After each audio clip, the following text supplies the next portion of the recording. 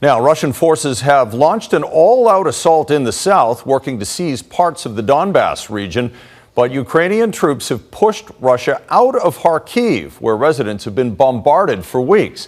With the city's metro reopening today, there's finally some optimism about a return to normalcy. Our Jeff Semple is in Kharkiv tonight and joins us now with more. Jeff. Chris, when we visited Kharkiv back in March, Ukraine's second largest city appeared on the brink of falling to the Russians. But today, we saw a much different reality. During the first weeks of war, families sheltered underground, huddled together in subway stations to avoid the bombing above. But 2 months later, their lives are slowly getting back on track.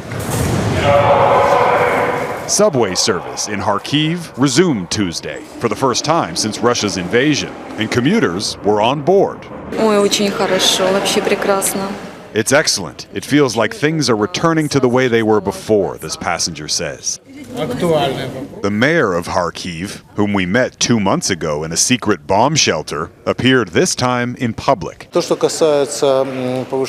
and told reporters we need to restart the economy. People must be able to get to work. This Russian-speaking city sits on Russia's doorstep, just 40 kilometers away. But Ukraine has pushed Russian forces back almost to the border.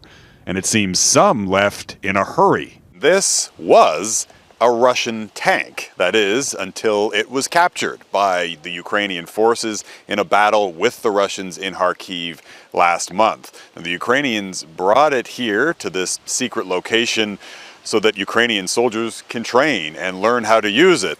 So this is a look inside. They say it's similar in many ways, but it's a newer model and it's much faster, so they have to learn how to handle it. They say this thing can go up to 100 kilometers an hour.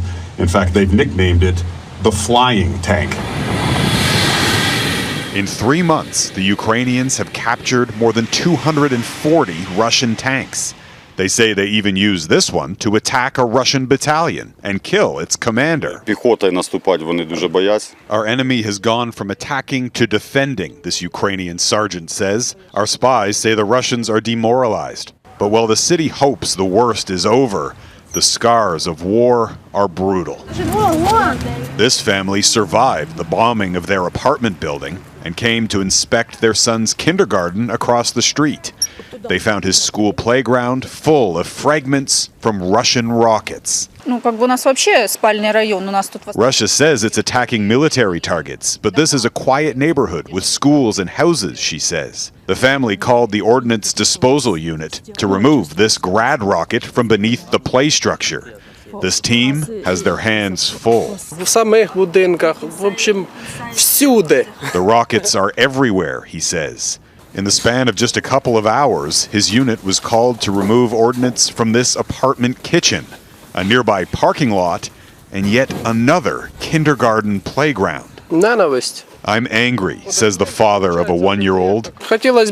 I want to kill the people who did this with my bare hands. Officials say about a third of all apartment buildings in Kharkiv have been damaged or destroyed, and they've also updated the death toll.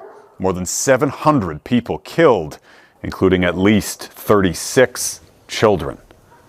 Chris? Jeff Semple in Kharkiv, Ukraine. Thank you, Jeff.